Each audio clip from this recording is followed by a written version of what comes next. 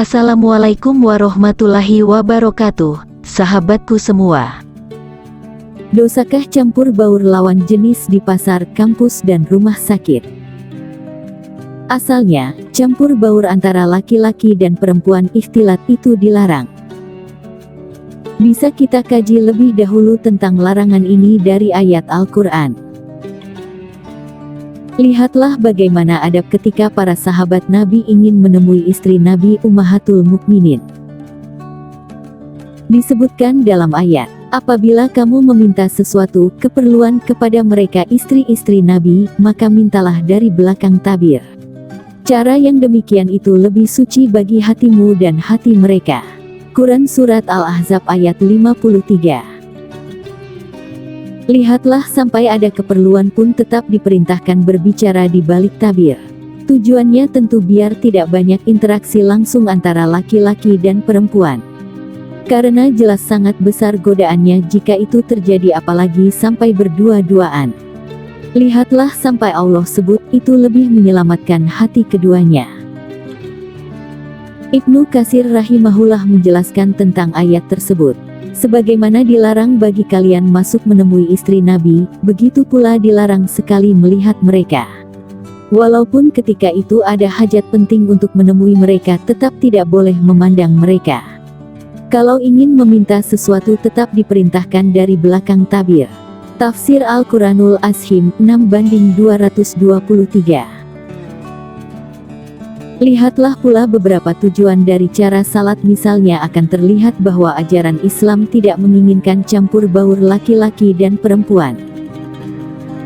Dari Ummu Salamah radhiyallahu anha, ia berkata, Rasulullah shallallahu alaihi wasallam jika salam dari salat para jamaah wanita kala itu berdiri, beliau tetap duduk di tempat beliau barang sebentar sebelum beranjak. Kami melihat wallahu a'lam hal itu dilakukan supaya wanita bubar lebih dahulu sebelum berpapasan dengan para pria. Hadis riwayat Bukhari nomor 870. Lihat, syariat ini ingin mencegah pertemuan antara pria dan wanita.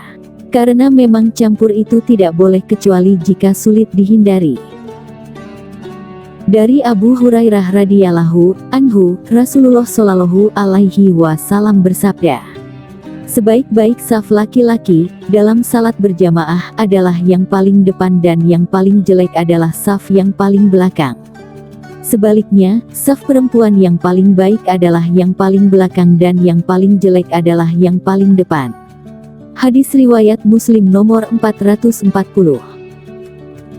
Kalau dikatakan bahwa yang paling baik bagi laki-laki adalah yang paling depan sedangkan perempuan adalah yang paling belakang, menunjukkan bahwa memang antara laki-laki dan perempuan tidak boleh bercampur. Semakin dekat antara keduanya akan menimbulkan godaan yang semakin besar. Disebutkan pula bahwa dahulu dibuat pintu khusus bagi wanita agar tidak berpapasan dengan pria. Tujuannya jelas agar tidak ikhtilat.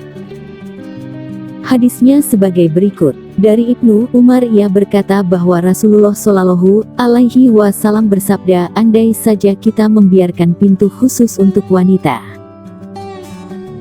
Nafi ketika itu lantas berkata, Ibnu Umar tidak pernah masuk pintu tersebut hingga ia meninggal dunia.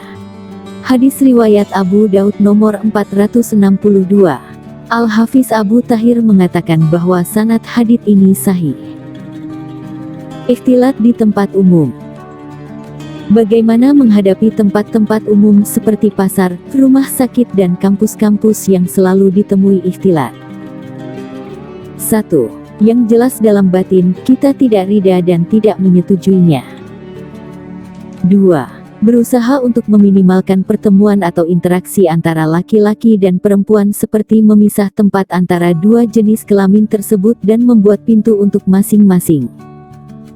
3. Bertakwa pada Allah semampu kita dengan rajin menundukkan pandangan dan menyemangati jiwa untuk meninggalkan yang haram. 4. Kalau terpaksa berada di tempat yang ikhtilat, hanya dalam keadaan penting saja. Kalau hajat sudah selesai, maka langsung segera pulang. Demikianlah informasi ini kami sampaikan, semoga menjadi wawasan yang bermanfaat untuk Anda. dan menjadi bahan untuk menjadi peringatan, agar selalu memperbaiki diri, dan mengingatkan orang lain dalam kebaikan. Jangan lupa dukung terus channel kami, agar bisa terus berkembang dengan mengklik like, share, and subscribe. Terima kasih. Wassalamualaikum warahmatullahi wabarakatuh.